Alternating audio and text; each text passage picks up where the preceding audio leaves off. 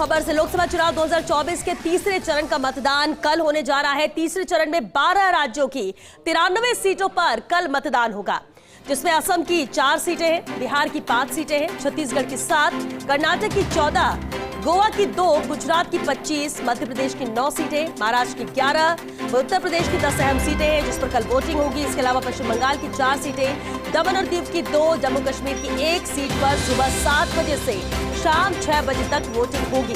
तीसरे चरण में सैफई के यादव परिवार के 3 बड़े चेहरे चुनावी मैदान में हैं, जिसमें मैनपुरी से डिंपल यादव, बदायूं से शिवपाल यादव के पुत्र आदित्य यादव, फिरोजाबाद से प्रोफेसर राम गोपाल यादव के बेटे अक्षय यादव मैदान में हैं। यूपी के ब्रज रेलखंड में 10 सीटों के लिए 100 प्रत्याशी चुनाव मैदान में हैं। तो बेहद अहम है कल का तीसरा चरण, और कल तीसरे चरण के बाद बहुत कुछ है। आबो हवा तय होगी, किस दिशा में किसके पक्ष में प्लस होता हुआ नजर आएगा।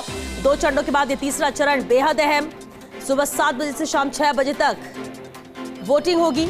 तीसरे चरण के लिए कल मतदान होना है, जिसमें 12 राज्यों की ये अहम सीटें हैं जिस पर कल वोटिंग होगी।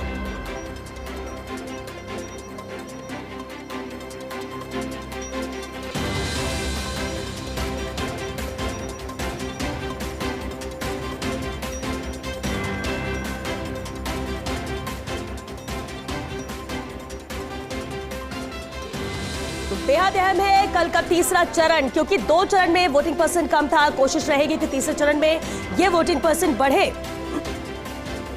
लेकिन साथ ही साथ ये अहम सीटें हैं जिस पर सबकी नजरें हैं। और तीसरे चरण के मतदान प्रतिशत के बाद, तीसरे चरण के संपन्न होने के बाद बहुत हद तक तस्वीर साफ होती हुई नजर आएगी। माना जा रहा है कि किस दिशा में हवा है, किसके पक्ष में जीत होती हुई नजर आ रही है, कौन कैसे प्लस माइनस होगा, ये भी बहुत हद तक लोगों को तस्वीर साफ होती हुई नजर आएगी। और इसलिए अभी 2 चरण में कुछ नहीं कहा जा सकता। इस लिहाज से अगर देखा जाए तो तीसरा चरण बेहद महत्वपूर्ण। सवाल यह भी उठता है कि क्या किन मुद्दों के साथ कल वोटर्स इन 94 सीटों पर वोटिंग के लिए जाएंगे। पहले चरण के पहले जिस तरह से चुनाव प्रचार चल रहा था, उसके बाद दूसरा चरण हुआ। बहुत हद तक राजनीति और कह सकते हैं बयानबाजी या संबोधन के दौरान भी बहुत कुछ है जो बदलाव करते हुए प्रमुख चेहरे नजर भी आए, लेकिन कितना असर जनता पर कर पाए, इन वोटर्स पर कर पाए, कितना अपनी बातों से, अपने वादों से इन वोटर्स को अपने पक्ष में कर पाए, जो भी मेहनत अब तक की गई है तीसरे चरण के लिए, कह सकते हैं कल उस लिहाज से अहम दिन रहेगा। दिल्ली न्यूज एडिटर अदिति नागर हमारे साथ जुड़ चुके हैं। अदिति, 2 चरण तो हमने देखे, लेकिन कल का तीसरा चरण 12 राज्यों के 94 सीटें हैं जहां पर तय करेंगे वोटर्स कि किसके साथ जाते। कितनी महत्वपूर्ण है ये सीटें? बिल्कुल, देखिए कल जो तीसरा चरण है वो इतना डिसाइसिव चरण होने वाला है श्वेता, कि ये दिशा तय करेगा चाहे सत्ता पक्ष की चाहे विपक्ष की, कि 4 जून को होने वाले चुनाव के नतीजों में ऊंट किस करवट बैठेगा। देखिए कल उत्तर प्रदेश की 10 सीटों का चुनाव है जो बहुत डिसाइसिव होने वाला।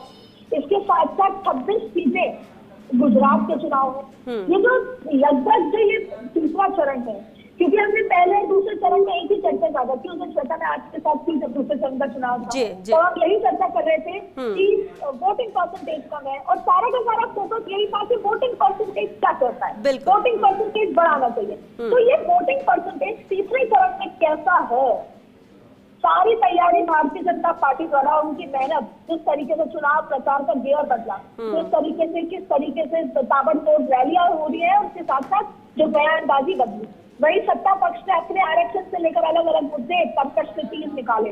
ऐसी स्थिति में इसके बावजूद भी जनता क्या सोच रही है, ये कल के चुनाव के वोटिंग परसेंटेज, जब कल वोटिंग होगी उसके परसेंटेज से काफी कुछ तय होगा। यानी कि तीसरे चुनाव का वोटिंग परसेंटेज ये लगभग ये मान लिया जाएगा कि अब ये देश का लोकसभा चुनाव आधा पूरा हो चुका है, और जब कहते हैं कि आधा किस दिशा में जा रहा है, उसी दिशा में पॉलिटिकल पार्टियों का भविष्य तय होगा।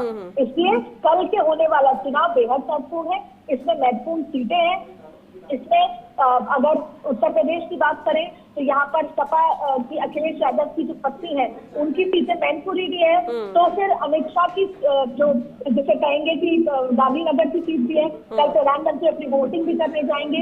इसके साथ साथ देश भर में जहाँ पर इम्पोर्टेंट सीटें कल चुनाव होने वाले हैं, तो ऐसी स्थिति में अब वोटर का मूड क्या बना हुआ है, क्या मोबिलाइज होगा, क्या वर्कर घर से बाहर निकलेगा, क्या इंडिया गठबंधन के लिए कोई बेहतर विकल्प निकल कर आएगा। पश्चिम बंगाल की जो कल मध्य बंगाल की जो सीटें हैं जो कि जिसमें 4 में से 2 में भारतीय जनता पार्टी का परचम लहराएगा, वहां क्या होगा, ये सब कुछ कल के चुनाव के बाद ये जो लोकसभा की तस्वीर है वो काफी हद तक साफ होती नजर आएगी। अदिति, लेकिन 94 सीटों पर क्या किसी के बयान का कोई असर होगा? ये जनता लगभग तय कर चुकी है, मूड बना चुकी है, या फिर कहें कि कुछ नहीं कहा जा सकता कि वोटर्स कल क्या फैसला लेता है, किसके साथ जाता है? लेकिन क्या इस बीच जो बयान आ रहे हैं, और अगर हम आचार्य कृष्णम के बयान की बात कर ले, क्या इसका कोई असर वोटर्स पर पड़ेगा?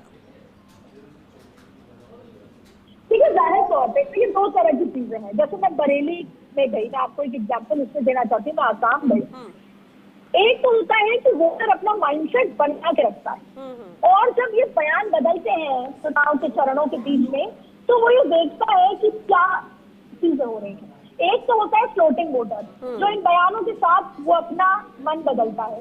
एक होता है स्थायी वोटर, जो सोच के रखता है साल भर पहले से कि मुझे वोट किसको देना। अब इस बार के चुनाव में अलग अलग चीजें, अगर बात राष्ट्रवाद की होती है, अगर बात देश हित की होती है, विदेशों में अपने भारत के नाम की होती है, राम मंदिर की होती है, तो एक तरफा लोग नरेंद्र मोदी को याद करते हैं, लीडरशिप की बात होती है नरेंद्र मोदी। पर इस बार के चुनाव में जाति भी हावी होती नजर आ रही है। 2014-2019 में जातियों पर वोट नहीं पड़ा था, वहां पर भ्रष्टाचार के खिलाफ एक मुश्त वोट पड़ा, या राष्ट्रवाद और पाकिस्तान के जिस तरीके से आतंकवाद के खिलाफ एक मुश्त वोट पड़ा था। लेकिन इस बार का जो पोल थीम है, ये बहुत इंपॉर्टेंट बात है, पोल थीम इस बार की कोई स्थायी पोल थीम नहीं है। यही वजह है कि लगातार बयान बदलते जा रहे हैं। इस बार का चुनाव SC, ST, OBC के इर्द गिर्द होता नजर आ रहा है, इसलिए मंगलसूत्र की बात होती है, मछली की होती है, मटन की होती है, आरक्षण की बात होती है।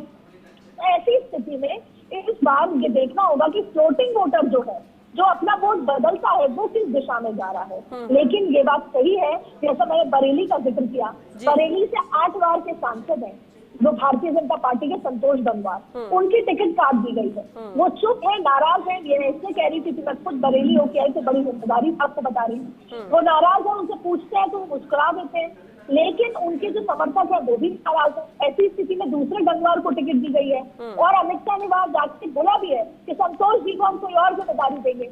लेकिन जमीन पर नाराजगी है कि सड़क नहीं बनी, और बहुत ज्यादा नाराजगी है इसको लेकर। जमीन पर नाराजगी है कि हमें सांसद साहब पिछले 5 सालों में मिले नहीं, यही वजह से कि टिकट काटी गई। तो कहीं ना कहीं लोकल में भी इस बार हावी होते नजर आ रहे हैं। सड़क, पानी, शिक्षा के मुद्दे भी नजर आ रहे हैं, जाति का मुद्दा भी हावी नजर आ रहा है। अब देखना ये होगा श्वेता कि क्या राष्ट्रवाद, राम मंदिर, देश के विकास, अर्थव्यवस्था का मुद्दा हावी से वोट पड़ता है, या जातिवाद से वोट पड़ता है। यही तय करने वाला है कि 4 जून को क्या नतीजे आएंगे। बिल्कुल ठीक है आपने अदिति। चलिए, बहुत शुक्रिया अदिति आपका इस पूरी बातचीत के लिए।